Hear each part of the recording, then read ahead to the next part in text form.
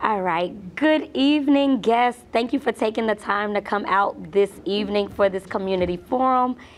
I'm going to say happy spring to you because obviously we see that it has been raining off and on for the last couple of weeks. And also I just want to acknowledge it being Pride Month. So happy Pride Month as well. So I am Andrea Mason, Senior Manager of Newark People's Assembly. And hopefully you signed in when you came so that you'll be automatically enrolled in our email list, which will keep you in the know of what's happening in the city of Newark. And it also made you eligible to get those great giveaways. Yes. All right, so tonight's information session will inform you about the RFP and grant opportunities within the city of Newark, but specifically for the Office of Violence Prevention and Trauma Recovery, who will have some upcoming opportunities. Please note that the opportunities are posted publicly, but of course everyone doesn't know how to obtain the information, thus the reason we're having these types of forums. It is the role of Newark People's Assembly to assist in bridging the gap in communication between the community itself and the administration and all of the city directors. So our motto is make your voice heard. So that's that's in essence why we have all of these community meetings. Because we want your voice to be heard, we want to know your thoughts and concerns in order to share with the administration. So if you did not pick up my business card while out at the table, please do so, and you can email me. That's probably the best form of communication. So you can email me as often as you deem necessary. I mean, I answer the phone as well, but emailing is the best form. Tonight, there's a bunch of information to be shared. So I'd like to first acknowledge, of course, the Honorable Mayor of this city of Newark, Ras Baraka, for just having the forethought and the insight to be able to create an office like mine to bring these community meetings to you, but also because he also received complaints about, hey, everybody's not in the know about how to obtain these grant opportunities or these RFP opportunities. So a community meeting or an information session is needed. So I also want to just thank the behind the scenes people, of course, for just helping to organize this forum. That's Sharice Balam, who's at the sign-in table from the Brick City Peace Collective. Of course, the press office. We are in the beautiful press room at City Hall. And then, of course, our Newark TV staff, because you at home are watching me right now. Okay, so thank you all. And last but not least, of course, this meeting wouldn't be possible without our panelists, who I'll introduce momentarily, but they're the people of the hour. They're the ones that are going to be giving you all of the information that you need to be successful with obtaining these grants and RFP opportunities. So I'm just going to say their names. They're going to give like a brief presentation, and then we can go right into Q&A if that's okay with everyone. Cool. All right, so in no particular order of presentations, I'm just going to start to my far right. We have Michelle Nelson, who is our Chief of Staff of the Law Department. So she's going to make sure that everything is in compliance. We also have Jerome Wakefield, our Director of Purchasing. So obviously you gotta know exactly how to become a vendor, how to make sure that everything is filled out properly and everything is done decently and in order. Director Keisha Uri of the Office of Violence Prevention and Trauma Recovery. It was because of her and her office that we're having this meeting. And then, of course, Roy Sutherland, who represents Invest Newark. So without further ado, panelists, it's all on you. Good evening, everyone. My name is Keisha Uri, the Director for the Office of Violence Prevention and Trauma Recovery. Thank you all for being here. This is our third meeting, so we did one on Tuesday in the North Ward. Yesterday we did one on Facebook, on Zoom, and today we're here at City Hall for our third meeting. So like the People's Assembly said, we are here to help the community understand rules, regulations, protocols, and just information around how to apply for RFPs, for grants, how to become a city vendor, how to go out for bids, or just any questions that you may have for the process. The Office of Violence Prevention and Trauma Recovery was founded probably about a year ago in the wake of the George Floyd protests. And when we had the George Floyd protests, we know that we had national outcry and national outrage around defunding of the police. And so the city of Newark decided to reallocate 5% of the police department's budget so that we can do violence prevention and intervention programs, because we know that law enforcement can't do this work alone, that arresting people is not the way out, that our people are doing crime and violence is up nationally. During the pandemic, there was an increase in homicides nationally, an increase in domestic violence nationally. And so ultimately, we decided to create something to be able to intervene in the issues that are happening around crime and violence. So the Office of Violence Prevention and Trauma Recovery, the mayor signed an executive order, and the office is ultimately a clearinghouse for community-based organizations, community institutions, and individuals in the community who want to help us do this work around violence prevention and intervention. So if you have programs around mental health, outreach and engagement, recreation, whatever it is that you ultimately, the services that you provide, we ultimately know that we can't do the work, the city can't do the work alone. Law enforcement can't do the work alone. And a lot of times when law enforcement show up to scenes and different things, their job is to enforce the law. But we know that there are underlying issues that people have that's allowing them to have be a part of crime and violence in the city. And so my office is working from a public health perspective, where we want to go to the root causes of why we have crime and violence, because we have a small percent of the community that's doing the major parts or the most amount of the crime and violence. And we know who those people are ultimately. They're the same people. And so why not directly go to them, talk to them, intervene with them? What is it that you need? How can we help you? What is it that we can do so that you do not keep being a part of the cycle of violence? And so we know violence ultimately is about power and control. Violence is about poverty. Violence is about emotional and social issues. Violence is about respect. Whatever it is that is happening in the community, we as the community have a responsibility to be able to do something about it. It's not law enforcement's job to do all of the work. So under the Office of Violence Prevention and Trauma Recovery, we have domestic violence, sexual violence, and community violence under one umbrella. The Shani Baraka Women's Resource Center is at 300 Clinton Avenue, and they work around women in crisis with domestic violence and sexual assault issues. When we invested this money into the violence prevention work, they gave us the first precinct over on 17th Avenue. And ironically, the 17th precinct was the precinct where the 67 rebellion sparked out of. And so a place that people was once getting arrested and police brutality sparked out of is now a place where you can get help. And so that location is going to be a conflict resolution museum, and my office with my social workers and outreach workers, where we're going to be doing the work. And it's open. And so people are going there. People can go there when people are victimized or something happens to them. We have social workers and outreach workers and victim advocates to help them do victims of crime compensation applications, to help relocate them to other places, to help them get out of harm's way, or to help get them whatever services that they need. We have an office on South Orange Avenue. It's my Westward Resource Office, Westward Victims Outreach on 848 South Orange Avenue, and that's a walk-in center. Originally, it was made for men who were victims of violence, because men were the people who were not reporting, who was not getting help after they were victimized, and they normalized being victimized. So we had a location specifically for men, but now we've opened it up to everyone, and that's on South Orange Avenue. And I'm here in City Hall. My administrative office is here in City Hall. We have 17th Avenue, Shani Baraka Center, and the Westwood office. So those are the locations that the office is made up of.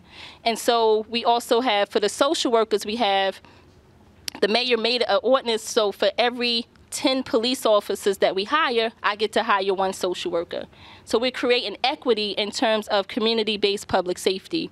Again, last year we put in an academy of 100 police officers. I hired 10 social workers. The social workers get to go to the police academy and learn some of the laws and things that the police are also learning, so that we're working together, so that we get deployed together. They go out into the community with law enforcement when they need help around things, quality of life issues that we don't want to arrest people for, that we just want to get them resources and help.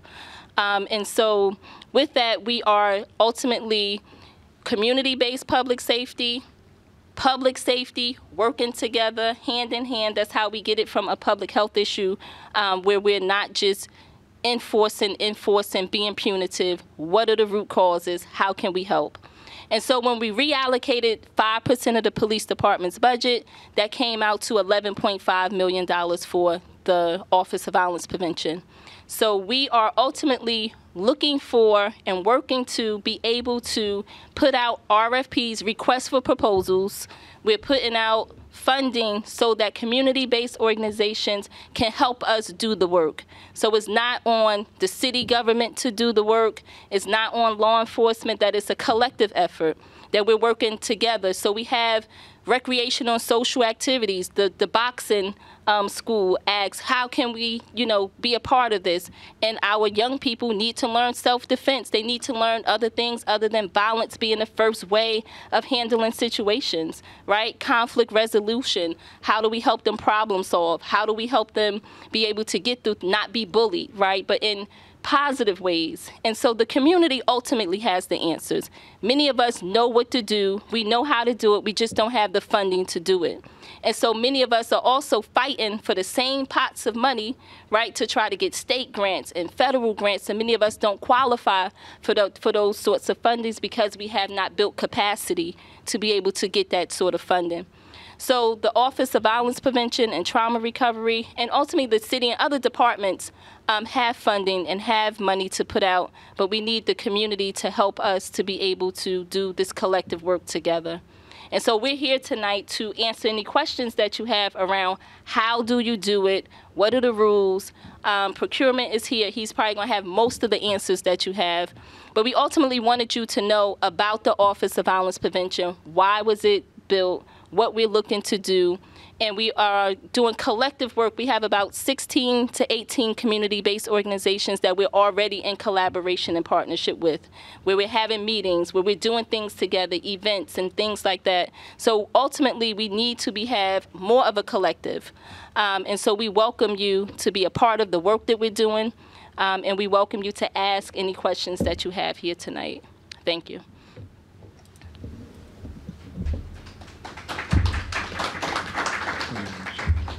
Who's next?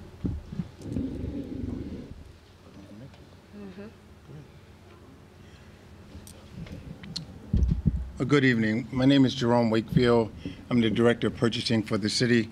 I'm also the qualified purchasing agent for the city, responsible for the contracting activities of the city.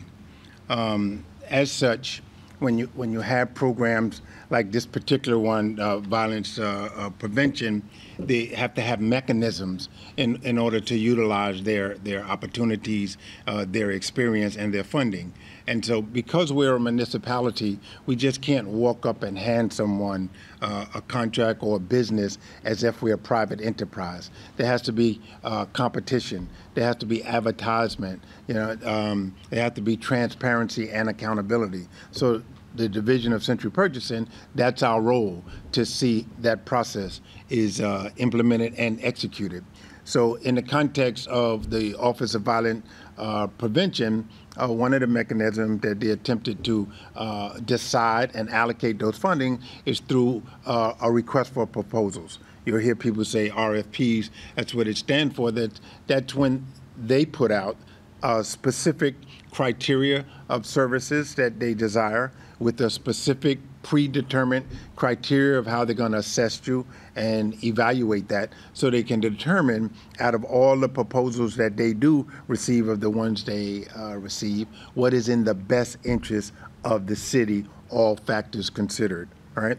Normally, when we put out a bid, the city has tremendous needs in terms of goods and services. And so we are to secure that, but we secure that through the various mechanisms, right? So the first one is a bid. And you put out a bid, you have to advertise it, you have to give requisite notice, you have to have specifications, right? And then give people an opportunity to compete in an open and fair way. But when they do that, there's three criteria, right? There's the lowest, that's the amount of money. Then there's the responsible and responsive, right? Responsive means everything I've asked you to supply in terms of documentation and compliance with the law, you did it, so you're responsive, right? Responsible means that you have the capacity and the ability to do what we're asking you, whether it's having employees, whether it's having equipment, whether it's having location or items, okay? So the RFP is a little different because I'm not looking for the lowest. I'm looking based on the request that we made, you submit proposals, and we consider all the factors in the best interest of the city, right? The difference between a RFP, however, and a regular bid is that you have to advertise for a longer period of time. You have to have a preset criteria and methodology that you're going to evaluate the proposals that you receive, that you have to have an evaluation committee that is going to evaluate, usually an odd number, and particularly with someone that has the experience in the particular area in which you're seeking the request for the proposals, right? And then from a procurement perspective, before I can release the responses for the evaluators to evaluate, they have to certify that they have no conflict with all the potential respondents, right? They don't have a family member on the board. They don't have some conflict. They don't have some reason other than giving an objective, fair, and impartial review, okay? And so once they certify that, and statutorily required, that they have no conflict, then we release the proposal for them to evaluate, right? And then they evaluate them. Once they evaluate them, we receive the recommendations, we review the recommendations, and then we submit it to our municipal council for approval or not, right? And then if selected, they will then sign an agreement or a contract, and then it's executed. At that point, the parties will agree, right? The difference with an RFP and a bid, right, is that, or a grant, I should say, in an RFP, if we ask you for proposals for a particularized service and you answer and you tell us your monetary amount, if we choose you, we have to give you that amount and for those services that were identified. There's no flexibility in an RFP. There's no negotiating at that point. In the grant context, you can negotiate after you submit, but it's what we call a revised scope of services, right? And then the parties can agree to the revised scope of services. And then once they agree to that, then it can be implemented. It's a little more technical than that, but I'm just breaking it down for the distinction of the two types, one of which I have no discretion, and the other there is discretion to revise the scope of services to meet what was submitted. With a grant, however, you must comply strictly to the desires and instructions and directions of the grantor, right? And when the similarity in a bid, a grant, and an RFP is we pay, but you have to perform. So if you agree to perform to receive payment, you can't use that for something else, right? You have to use it for the purpose and what it was designated for. Use it for the purpose and which it was identified for, okay? And then there's agreement, then there's implementation, then there's execution, and then there's monitoring, right, for compliance and performance. But after you say all of that, what's the real takeaway from what I want to say to you today, right? Reading is fundamental. No matter which form I tried to obtain the procurement, the service, or the good, your obligation is to read. And if you read, then you have to follow the instructions, right? If we say you have to have a BRC, have the BRC. BRC stands for Business Registration Certificate, right? Everyone has to have that to do business with the state in New Jersey, right? We're not private again, we're a municipality, a city, so it has to be open and transparent.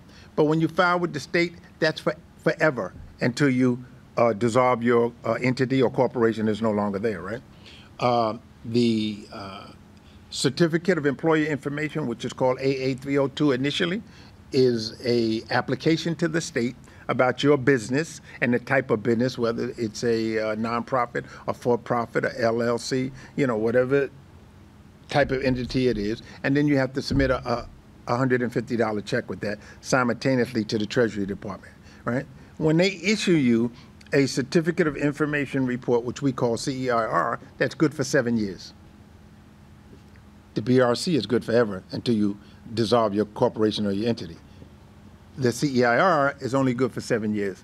So if you're applying for something for me to do a contract with the city, then you have to make sure that at the time that you apply, that your CEIR is valid at the time, okay? And then there's other requirements that they have. We have some forms that we call fatally defective if you don't do it. That means if you don't put it, you out the box. I don't care how good your proposal is. I don't care how good your bid is. So your job is to what? Make sure that you read it and you comply. You remember the second prong I said in bids, right, is this responsiveness. So you are responsive if you give us what we ask you, all right? If you don't, some of them will slap you on the hand and say don't do it again, and some of them are fatal. No matter how good your stuff is, you won't be in the running, right? And so we reject your bid. So it's incumbent on you to do your due diligence, to read. Now, when you come to us, some of you are going to come at different sizes, right? Some are going to be startup, some are going to be mediocre, some are going to be big. You're going to have more experience. So we're taking in a variety of responses, but it's still your duty to due diligence, whatever your size is, right? If you want to jump in the game, you got to be ready, right? You can't be like, oh, I just started swinging yesterday. No, right? So you have to be prepared. So what does that mean? That means if you're just starting out, buddy up with somebody. If you don't have capacity, build capacity, right? If I got a $3 million bid going out or RFP and you know you can only handle 300,000, don't jump in and bite off more than you can chew, right? Because I'm going to ask you to perform at the level you told me you could perform. And so if you tell me you get that 3 million level but you're not, that's a problem, right? Then there may be a breach of contract or something that you can't perform, right? So collaborate with someone until you can build capacity to stand on your own. Right? Because we don't want to out of chute stop somebody and say, well, you never did this before, you have no experience. Because my belief and others is you'll never get the experience if no one ever gives you the opportunity, right? But you still has to come to the table with something, right? And I always tell the people, we're not giving hand outs, we're giving hand up, right? Why? Because the mayor has instructed us to make sure that we provide opportunities to local, minority, women, small businesses, right?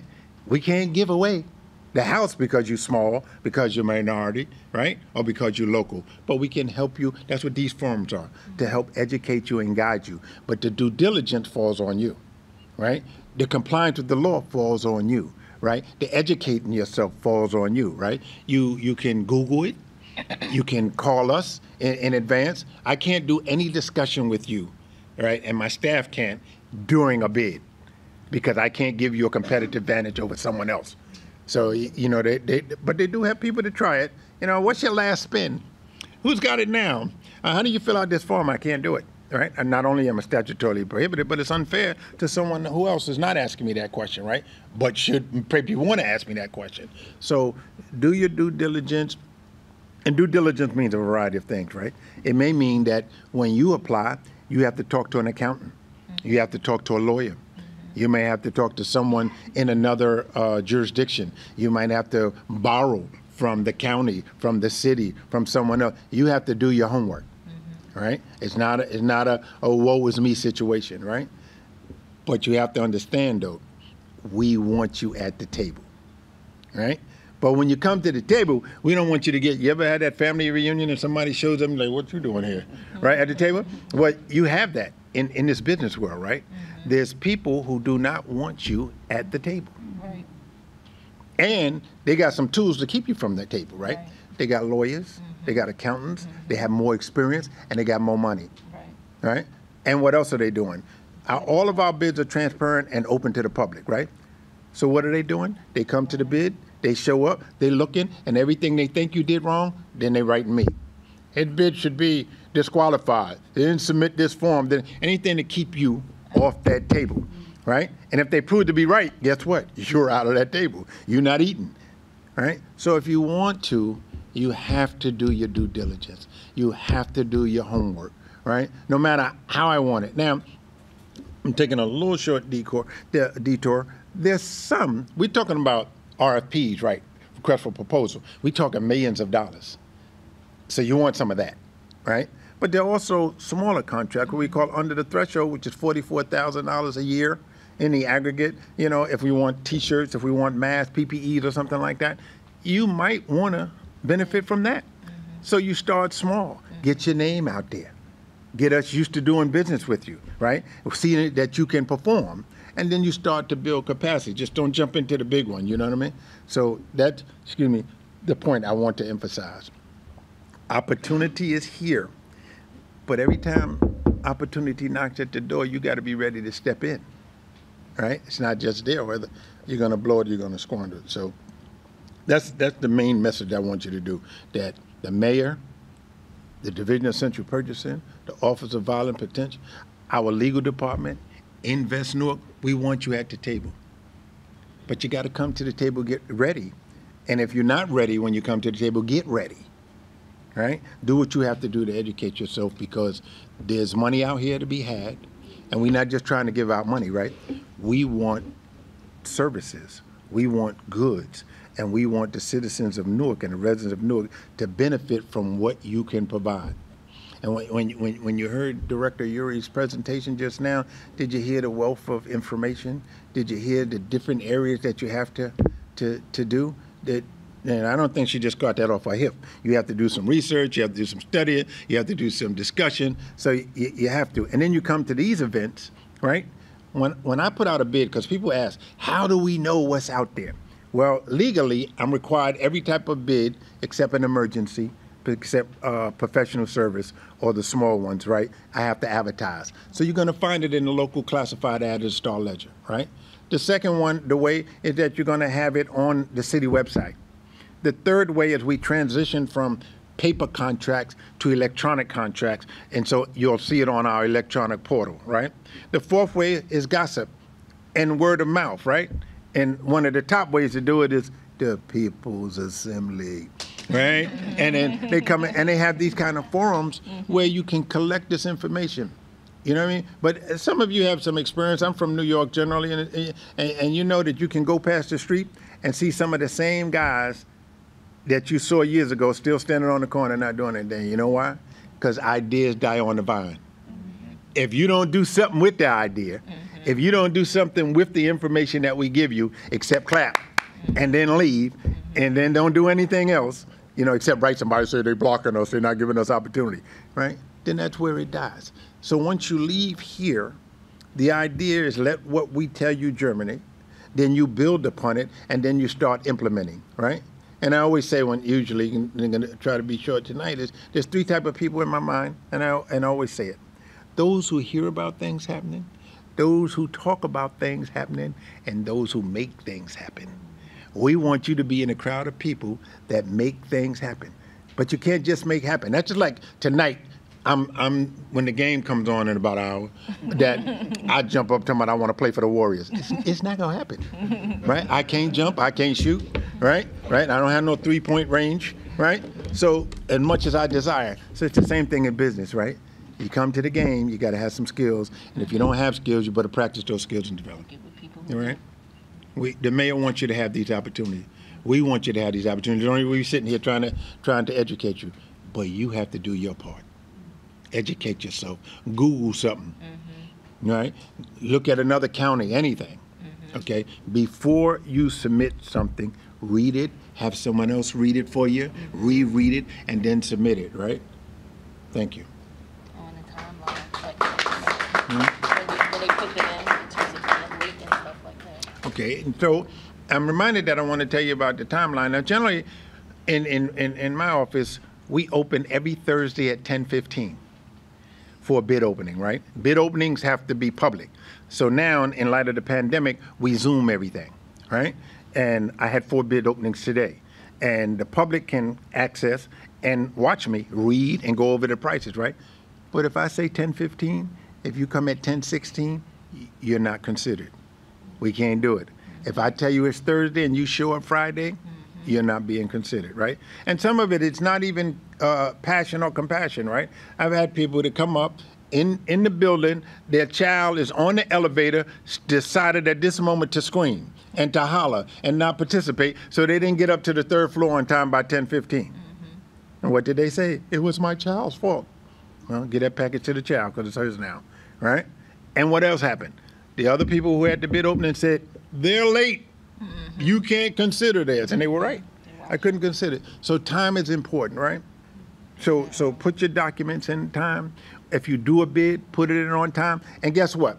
Whether it's an RFP, whether it's professional service, whether it's a bid, we're not hiding the ball. You're going to know in advance that this is due on this date at this time.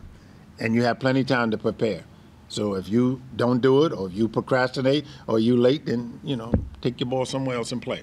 All right? That's how it is. Time is crucial.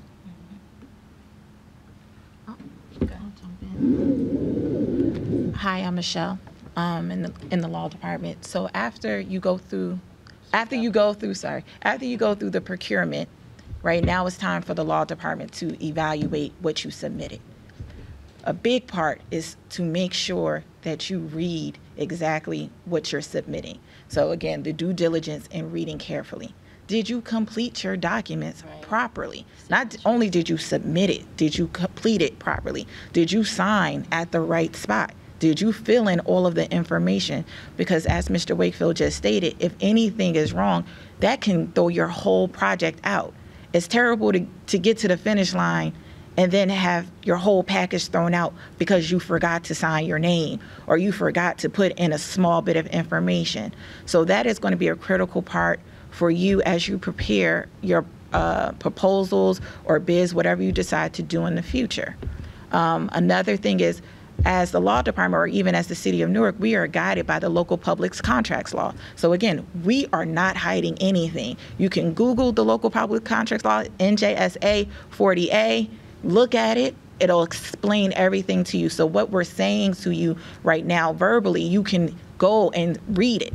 So this is all stuff that you can find on the web, on the internet, but I think it's just very important to say, again, it's important to read carefully. It's important to go over your stuff carefully, and it's technical. So if you need assistance, we implore you to go find assistance or even maybe go and look at another packet that was already submitted. So if you don't know how to fill out a document, Google it. Because we're all public. So these are public records. So you can go to another municipality and see a similar packet and say, oh, this is how this is filled out. If you don't have the resources, they're out there. And a big part is to try to get ahead of the game before it comes up, because it may move a little too fast the first time. So if you get ahead and you start saying, well, you know what?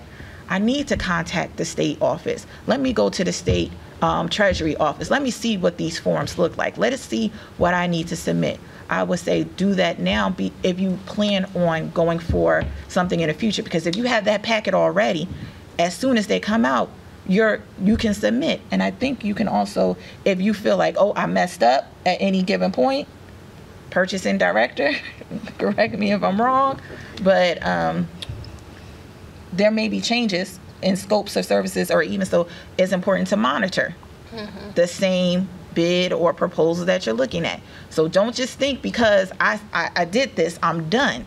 Sometimes, occasionally, there may be a change. So you constantly have to monitor, because you're also going to be responsible for those changes. So as the law department, we're just making sure that the rules of the game are being followed, and we're tied to that.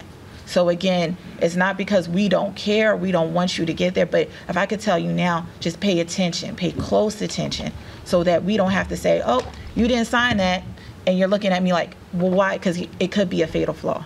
It could be something that completely throws you out the game.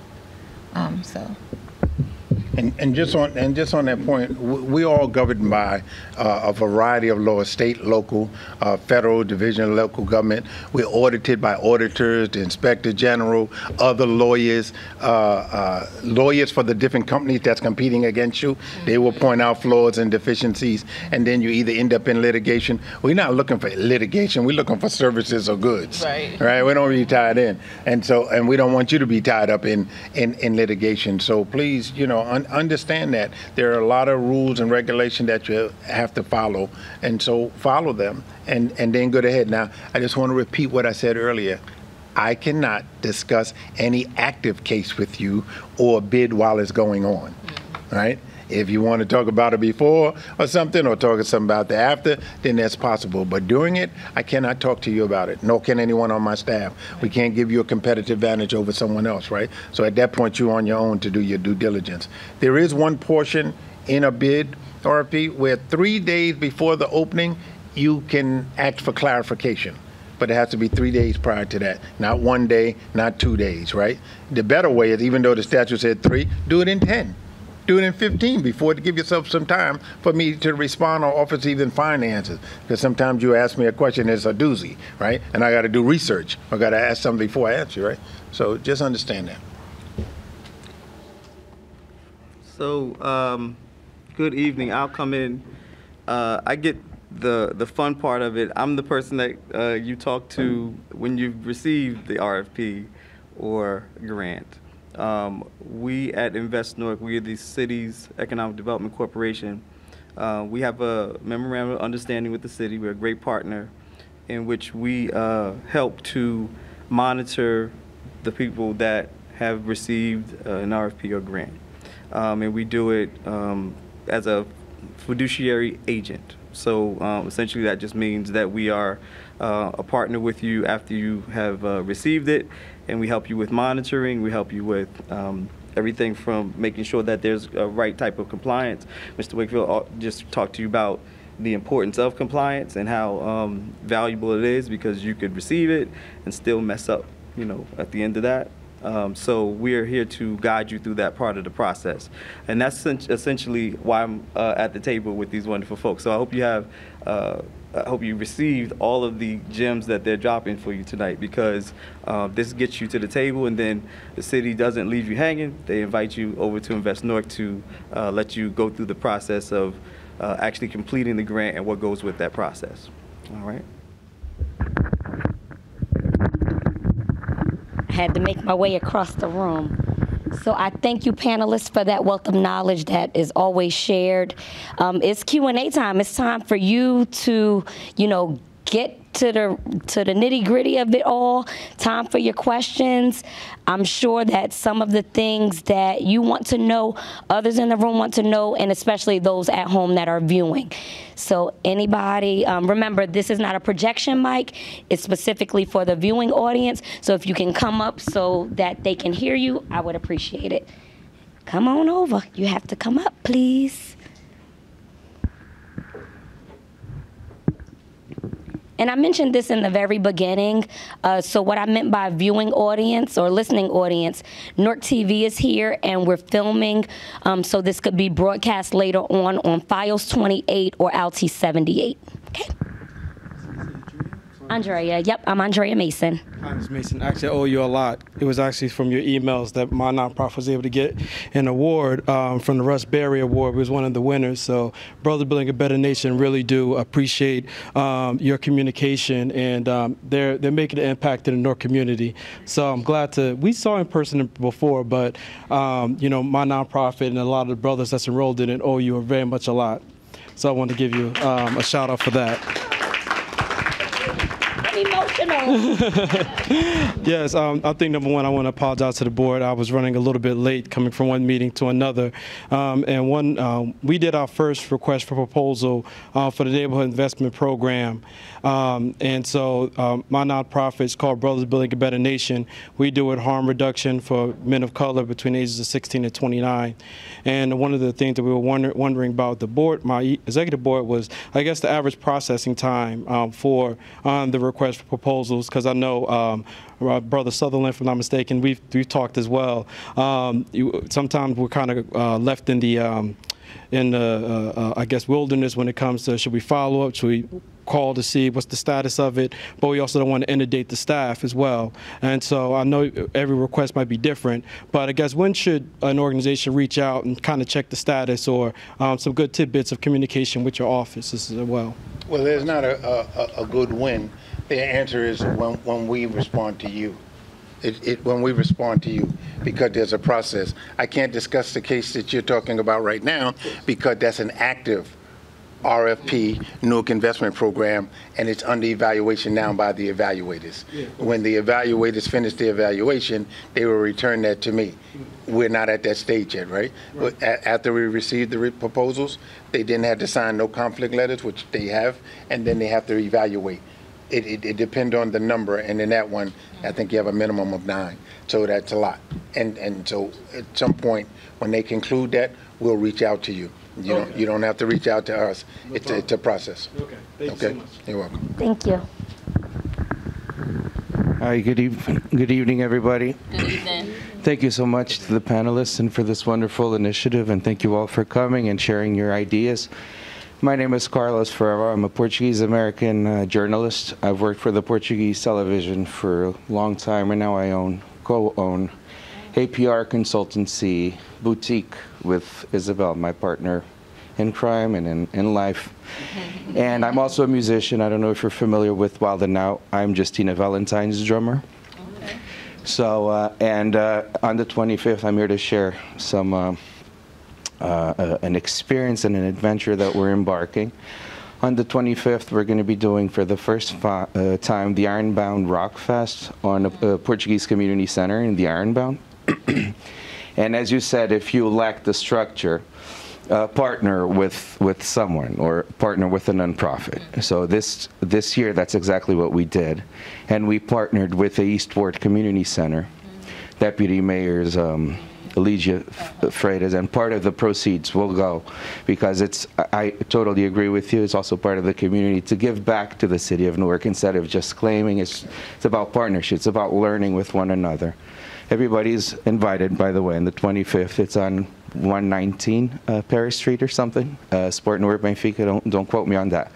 One of those, the things that you told me is, or shared with us, was that we had to advertise the bid. So in terms of, if in the future, let's just say this festival or another festival or any type of initiative or any type of services that we could provide in terms of public relations, consultancy, being a liaison with a Portuguese-speaking audience, many different activities that we could potentially partner up. What would be the best way to put it out there, to advertise, as you said, and to be a part of this, and to do it complying with the law and with all of the specific requirements? Well, there's a variety of ways: word of mouth, leaflets, television, utilization of social media.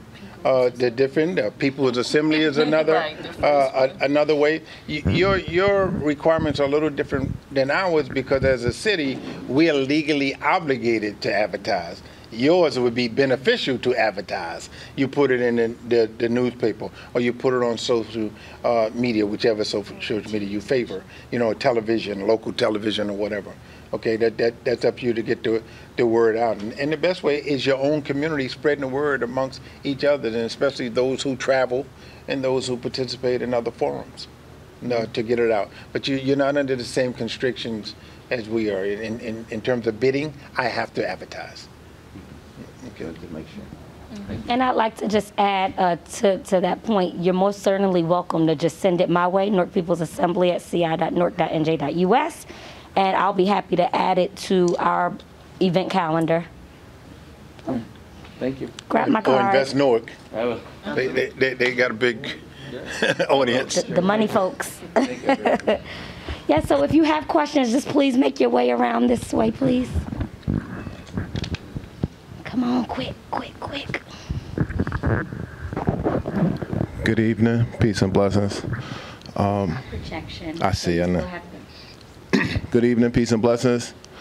My question was, that I currently do a bunch of social programming in and throughout Newark, and I understand that it's programs that's already here. However, to a person that creates specific niche programs, would I be able to implement those programs, or would I still have to wait for RFP? We're trying to work together as a community to bring forth programs that work. Sometimes the programs that are available aren't always the most practical.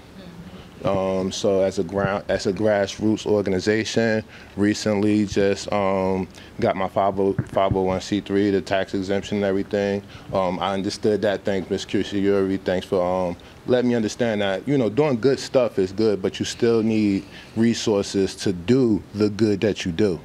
And understanding that is, you know, a lot of guys from where I come from, we want to do it and we want to just, all right, I did it.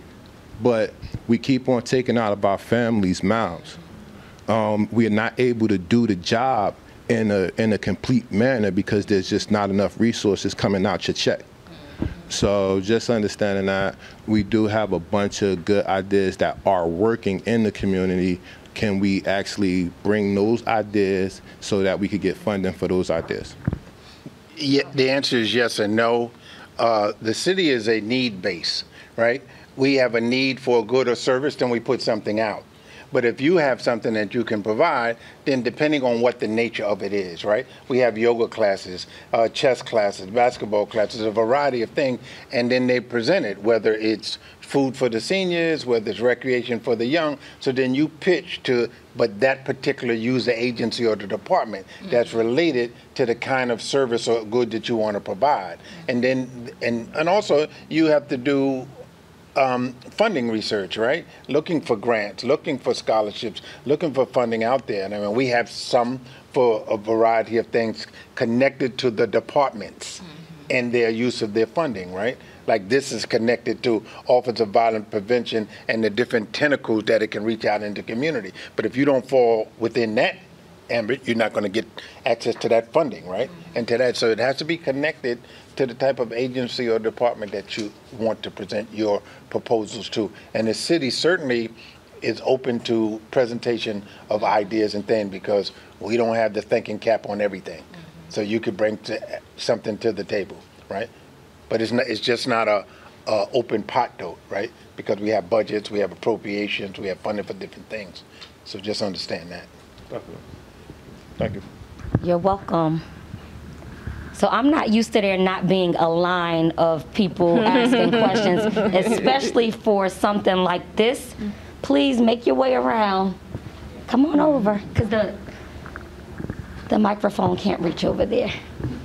And I want to finish responding Sure. to his question as well. So because you're new and you're just getting in the game, like he said, I would certainly partner up with other people who are already doing the work, and then you just add the piece on that you provide.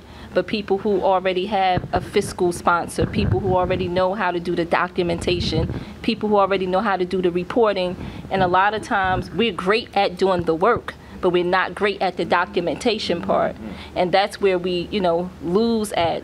And so I would say partner with someone, and the more partnerships you have, the greater and the better your application looks.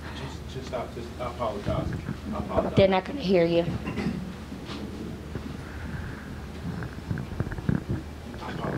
Sure. So just one last thing.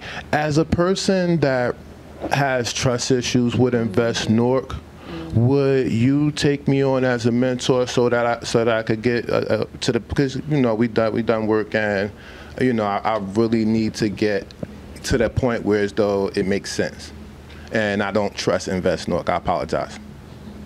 Well, Invest Newark is not the only game, right? They're not the only people. They're not the only ones who do fiduciary, work.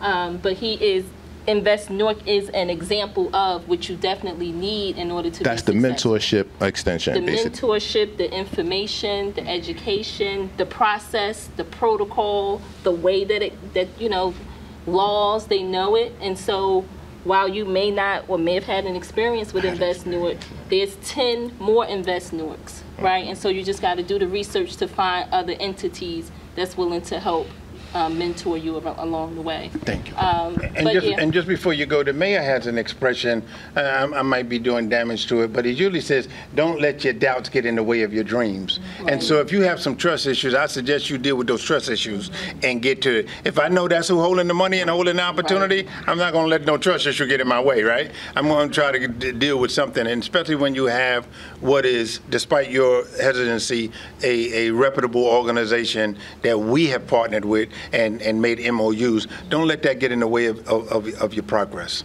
okay? Now, one way is, as she said, look for alternatives. The other way is, how do I deal with those trust issues, or how can I mend those issues to resolve them so that I can get what I want? And what you need is some money, some opportunities, or something to get your programs. And if you let a trust issue stand, I mean, trust is important even in personal relationships, but sometimes you can't let that get in your way, right? You got to find a way. So that's my little tidbit to you, okay?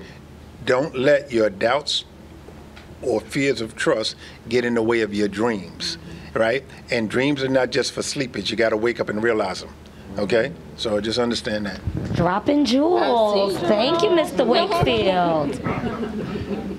Good evening. Good evening. Good evening. So my question is kind of like to piggyback on the gentleman's question in terms of, you having, so I'm the executive director of a small community organization, and our focus is on formerly incarcerated women newly being released into the community. Okay, so, to begin with, yes, Newark, you guys have some great RFPs, so on and so forth. But right now, as the gentleman said, sometimes we have ideas, right? And we want to bring those ideas to the table. For instance, right now, we're going through a crazy homeless crisis. And particularly female women coming home, being newly released from prison, they have nowhere to go. I visit shelters. Okay, and I'm just going to lay it out on the table. The conditions of the shelters are sometimes worse than the prison. I did 5 years in federal prison, right?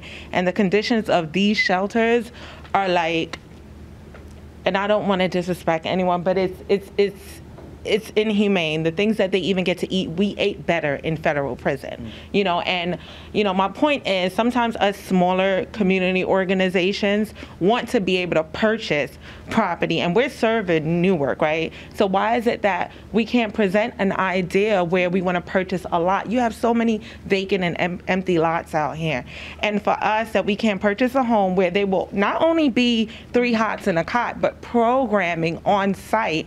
What's been happening is I've been referring my girls out to shelters and other things, and they get lost in the system. And then they come back and they have complaints. So I guess my point is, I really don't want to go on a rant, is why, or where is there an outlet where we can present our ideas and our solutions to what this crisis, and particularly the homeless crisis, is right now? And then with all of the violence, it's not safe to have our residents and our returning brothers and sisters out on the streets. I think and thank you for that, I think the People's Assembly is a great place to start and to voice. Again, Ms. Mason mentioned earlier, this is a place to get this out so that the city can address those issues. For instance, you mentioned maybe finding a location for a center.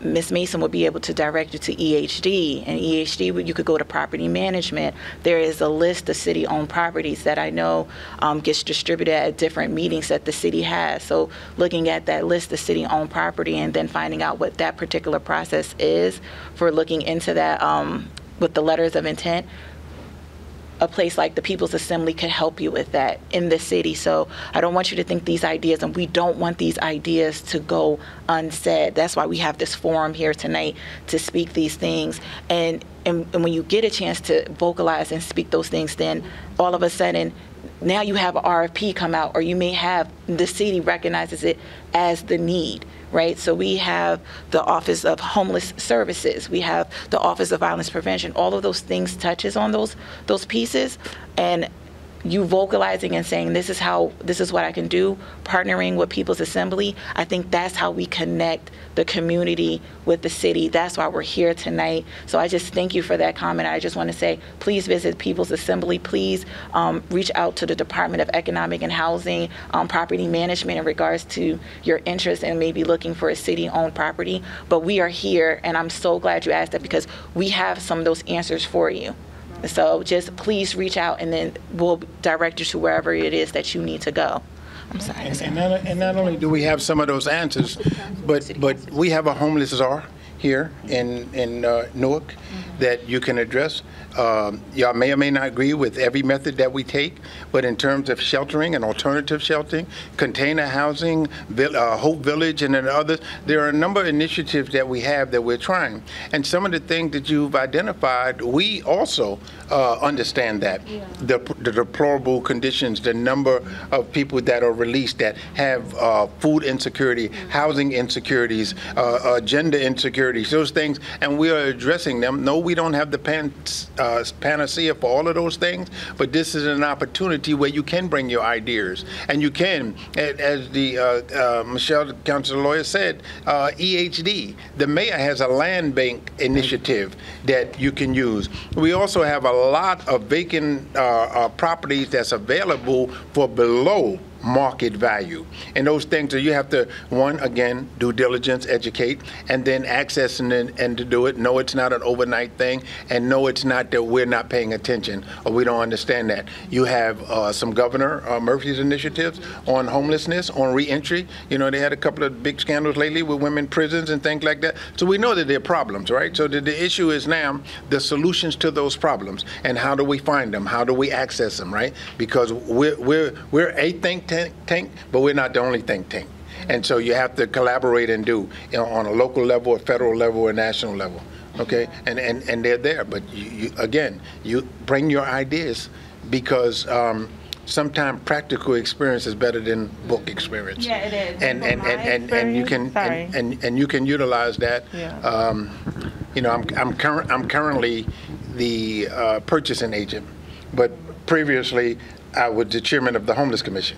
Previously, I ran a couple of facilities in Tola Hall and different, Delaney Hall and different. So I'm aware of those things acutely, but there's no cookie cutter approach to doing this. And you could bring your wealth of experience and knowledge and give your ideas, and then try to find, you know, something, rather than trying to be out on a silo or on your own, or either people get in the position of thinking what they can't do rather than what we can do if we had our resources and your knowledge and your experience, or that you access some of those properties that we're talking about. And property management, EHD, Invest Newark, things of that nature. Yeah, and I'm just going to add that Invest Newark is the actual operator of the land bank.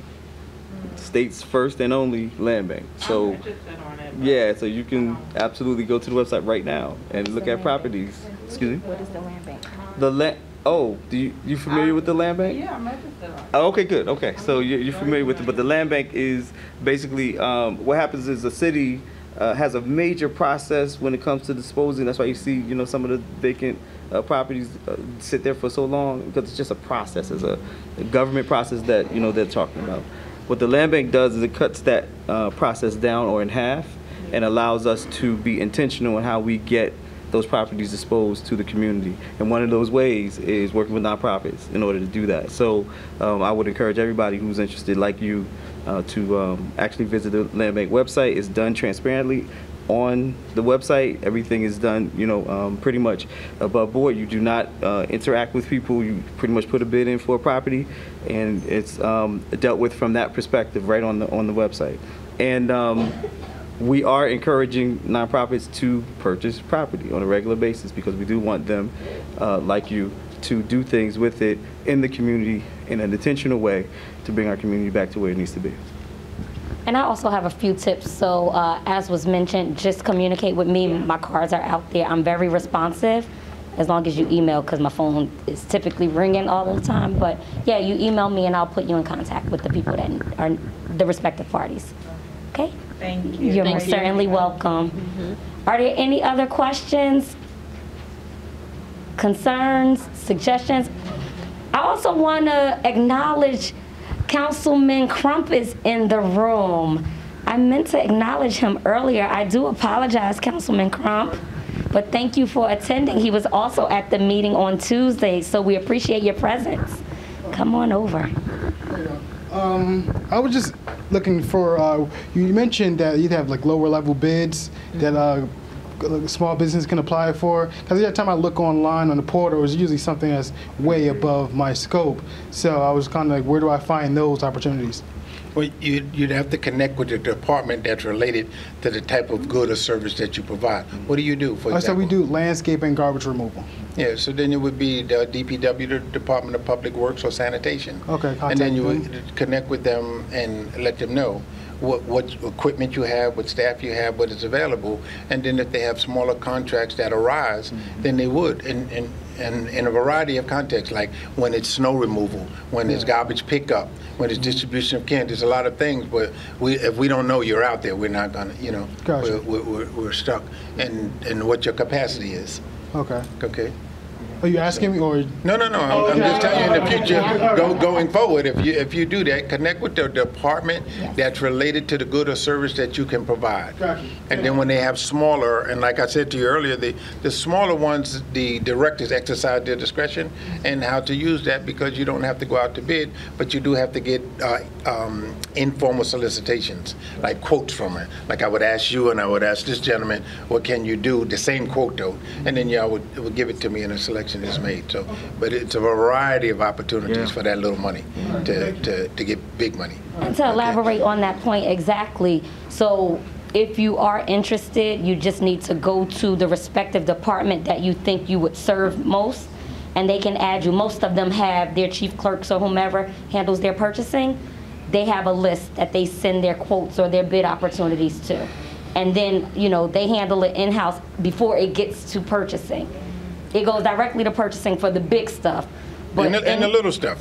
We get it, but it's more the directors exercise their discretion for the under the threshold, which is the 44,000, right? Exactly. But we don't know that you're out there if you don't let us know, right? And so and you also want to register on the Procure Now. The Procure Now website. Can you give us that website. information? They're gonna, and for now, I don't have the actual with me, but feel free to call 973-733-3776, and my staff will be more than willing to help you register or to guide you through the process. 973-733-3776.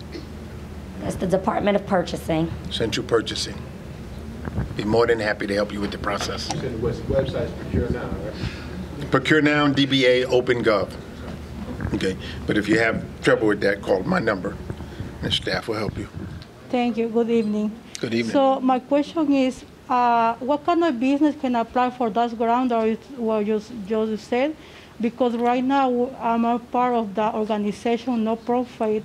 So we need to manage all of those.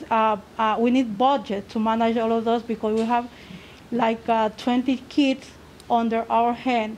We need to manage with the dress, with the shoes, with the food, and any presentation. And our organization is specific in dance and music and some project that we have to put on the table. So we need a large budget to hand all of this stuff. So where can I apply? Or the website can I apply? Or the person, can I go to, directly to speak with them or to him for more information? So my recommendation, and clearly I'm not a panelist, but as was just mentioned, it sounds like it's recreation related. And senior services, it is. So you would contact the Division of Recreation or go directly to the Department of Recreation and Senior Services, and you would need to have a proposal to say, hey, we have 20 children, we can accommodate 50 more or whatever. This is what we offer, this is the price that we need, whatever it is. You would put your proposal in, and it's up to the discretion of the director or those people that are those respective parties to accept it or not. Okay. So that's the first step. That's what I would recommend. But you also have to understand it's not a funding source per se. Absolutely. So it's not like you're saying, hey, this is what I got, give me the money. That's not what this city is.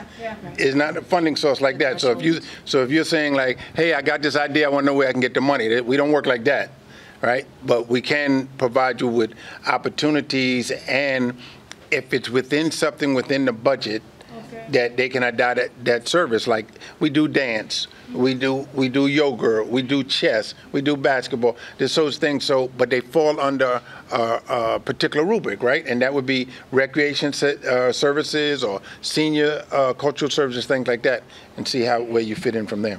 Thanks for the clarity. And I just want to follow up with that in regards to reaching out to the particular departments. We are still talking about a limit, a threshold, which was that $44,000 that we spoke about. Again, we're guided by the open public contract law, so we're talking about those under threshold amounts, not when we're talking about goods and services for something that's over or over the 44. Over the 44. Then you have to bid it, then you have to advertise it, and then it's subject to competition, and that's based on the funding availability that that particular department or agency has, right? Right. So, but those are open competition things. Because I heard what you said. You said you had a large budget. So when you say large budget, just understand that when we're talking about reaching out to the directors or getting on their list, we're talking about those smaller amounts, those that are under the threshold. After that, again, we're just guided by the local public contract law, which requires us to bid out something or put out a request for a proposal,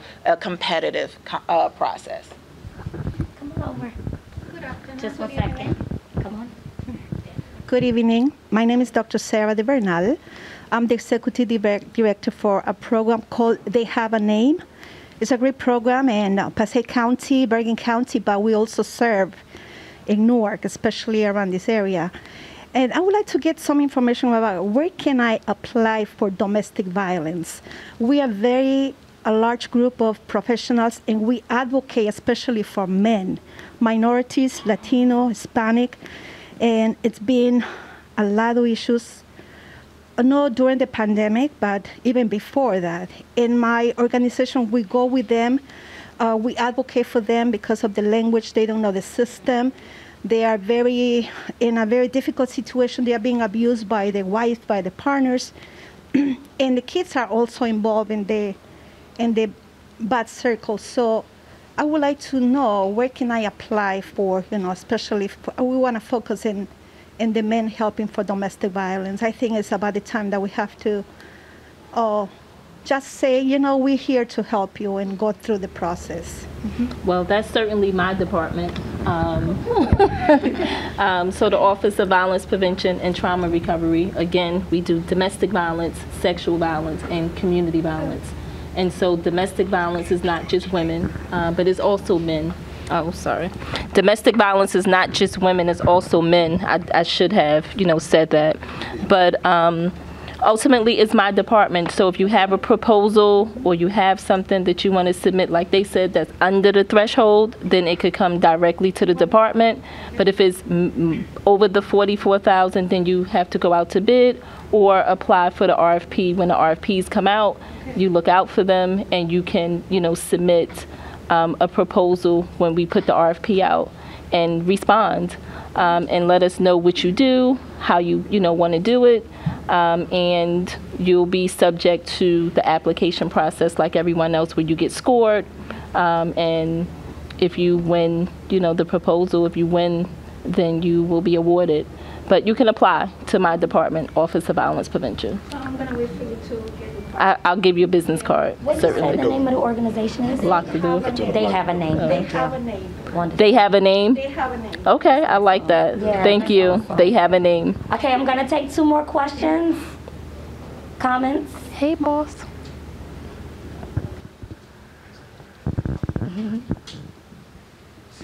You're welcome. How y'all doing? Thank you so much for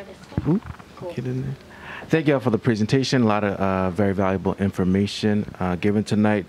I had a question. One, it was 2 parts. The first part is, I know the Office of Violence Prevention had an RFP out that was closed at the beginning of the year in January, I think. So just curious about what things were proposed that got approved, what kind of projects made it through for that round, and also just some questions about timeline for this particular proposal, centered around when you anticipate it's going to be open. Anticipate what's going to be open? Upcoming RFPs for the office. Actually, I would say no. Yeah, I'm sorry. Unfortunately, we can't answer any of those questions just because when things are actively moving, we can't speak about it. And then we also can't tell you about something that's future because it gives you an unfair advantage. So when the next RFP, if it's released, when it's going to be released, everybody's going to find out at the same time. When it's advertised in the newspaper, on the city's website, his e-procure now, it all hits at the same time so that everybody has a fair shot at that same time to get it. Right. So it's a two-part answer. The first part we can't answer because it's active right now. We're being evaluated on what was already put out. Right, and we're going through that process. And the second one is when it comes out is when you know, right? And we're gonna but how you gonna know? And earlier I described to you, it's gonna be in the newspaper, right? It's gonna be on our website. It's gonna be on our e-procurement, and it's gonna be on the People's Assembly and word of mouth, right? But we can't give you advance of what it's going to be. We're prohibited from doing that. Okay. So I don't see that there's another question. So I want to just thank everybody for joining us. Thank the viewing audience for participating. If you do have questions for either of the panelists, you can email my office at Newark Peoples with an S Assembly at ci.newark.nj.us. It's pretty much on every single giveaway that you got when you registered at the table outside. So make sure you grab a giveaway on your way out if you haven't already. Also grab my business card. But yes, as I mentioned, my office's motto is make your voice heard. We serve as the liaison, bridging the gap in communication between the administration, the department directors, and the community. So if there's anything that you ever have a question about, if I can't answer it directly, I definitely forward it to the people that can and get it back to you. So rest assured, it won't go unheard, unnoticed, unseen, that kind of thing. Thank you, panelists. You have last minute, I just want to thank last remarks? I just want to thank my colleagues on the panel for coming out. Absolutely. And being here, and Andrea for your leadership with the People's Assembly. I appreciate it. But more important than what we do, because we all think we know something, or we wouldn't be sitting here.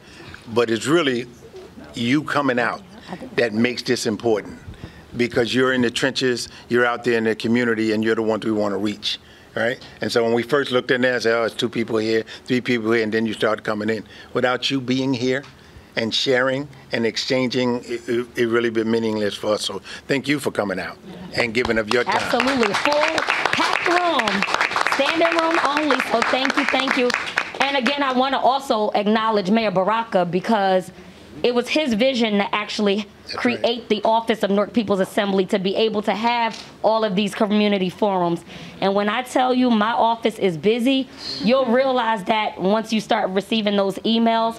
I literally have at least 1 community meeting each day through like the end of June. So yeah, we stay active. Obviously, you're not at every single meeting, but I am, whether it's on Zoom or in person. But I implore you and encourage you to get other people involved, because it is definitely about being civically engaged. All right, so thank you again for coming, and we'll see you next time. Thank you, panelists. Thank you.